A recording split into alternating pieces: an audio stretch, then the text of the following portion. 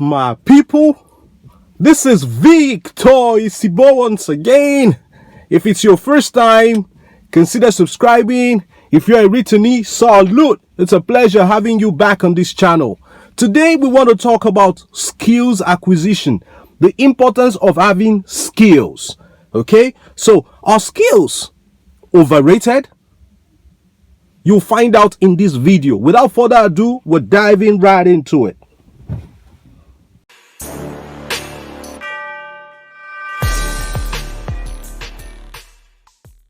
Okay, back in the day, all you needed in my part of the world to get a good job was your ability to speak simple and correct English. Okay, back then we had the colonial masters heading all the key positions, and you needed to have the ability to communicate with the English colonial masters. That was all that was required. Okay, as time went by, they started prioritizing education. A first degree was the priority to get a white collar job.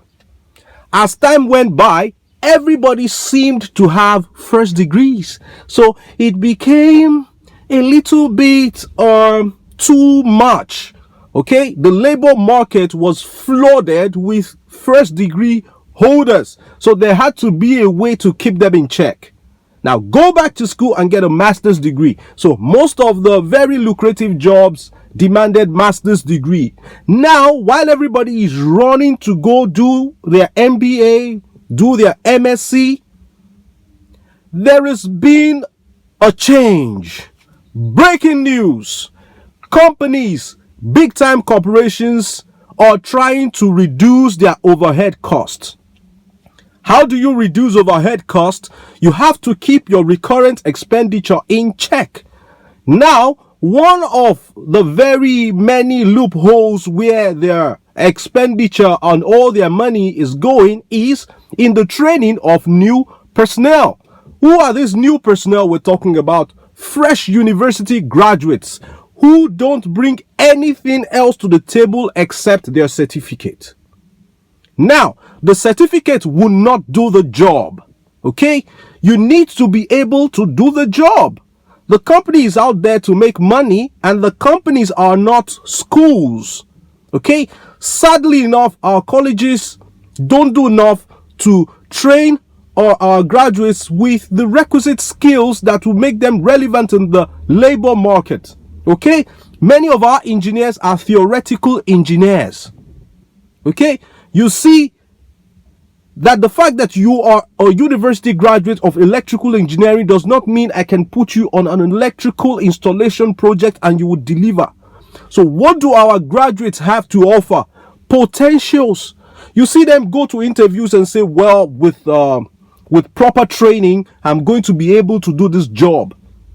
I'm going to be able to learn on the job. And I'm like, if I were a CEO, okay, you want to come and learn on my job. Learning, part of learning is making mistakes. Now you're going to be making mistakes on my job. A brand that has taken me years and several millions to build, you want to use it to learn. It's like saying, I want to learn how to drive with your brand new Bentley.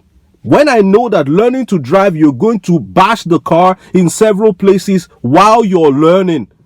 So you want me to lose hard-earned clients while you're learning on my job and start losing money. Now companies are no longer interested. What are they interested in now? They want plug and play. They want ready-made guys who can start work today and start delivering on the promises they made at the job interview. Okay, so that brings us to the crux of the matter.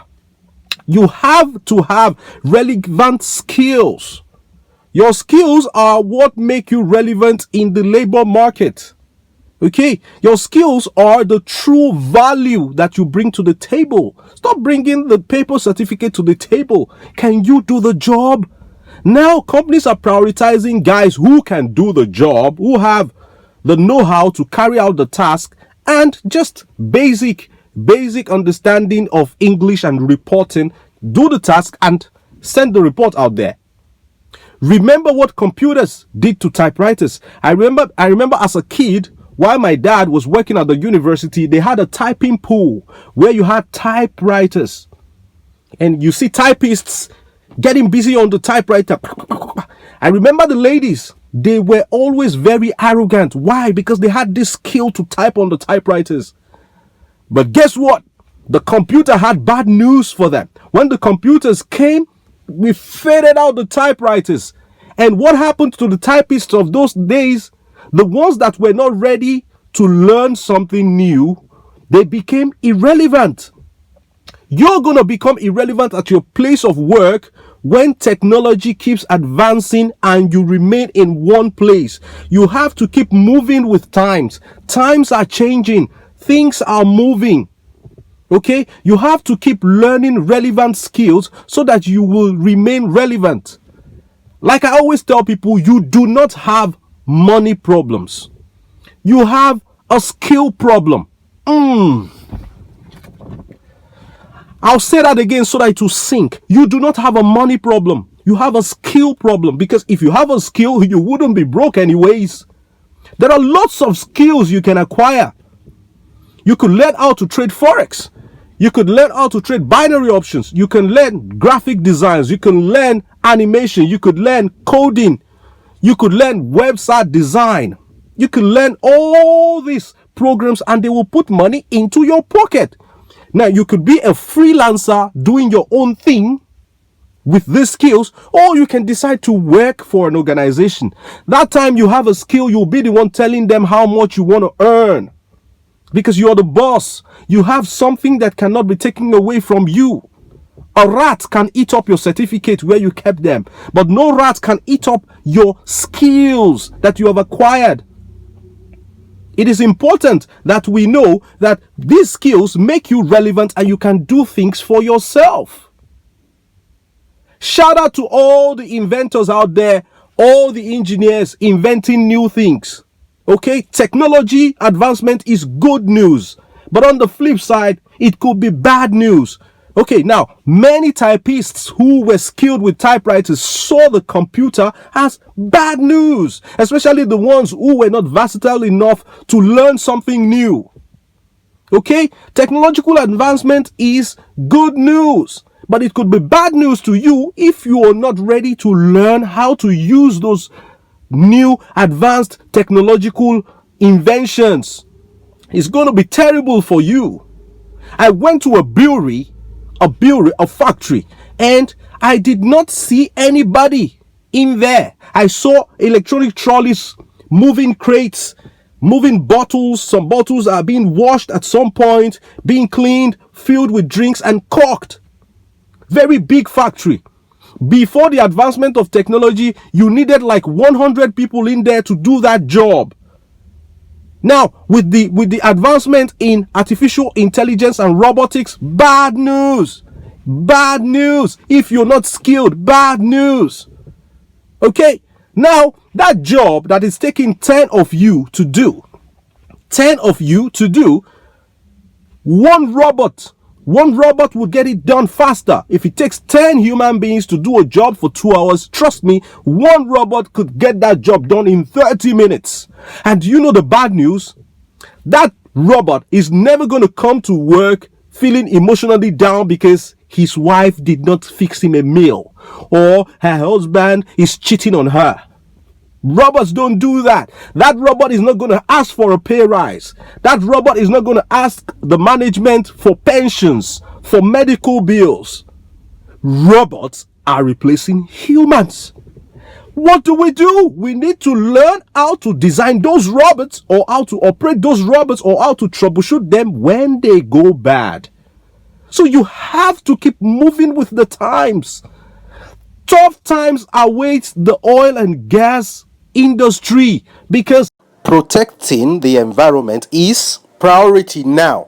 Britain announced a few months ago that it would ban the sale of new gas, diesel and hybrid vehicles from 2035, 5 years earlier than initially planned, in an attempt to reduce air pollution and fossil fuel emissions. Now, we know crude oil has so many applications, but trust me, the oil and gas industry crude oil, petrol, the market is going to suffer when countries start using solar energy, cars that run on solar, electric cars. Okay, that time you're not going to be seeing gas stations, filling stations springing up here and there when people are using solar cars and electric cars. They are even more environmentally friendly because they don't pollute the environment as much as cars that run on gas. Times are changing. You have to be in the news. You have to be aware. You have to be prepared so that you don't become irrelevant. So the purpose of this message is not to tell you not to go to school. No, no, no. While you're going to school, make out time to learn a skill. You can even make money from your skill by teaching others how to do it. I know many forex traders who don't make money trading forex, but they make money teaching others how to trade forex. So if you have enough time at home, you could just pick up an online course. It's a global village now. Pick up an online course and start learning something new.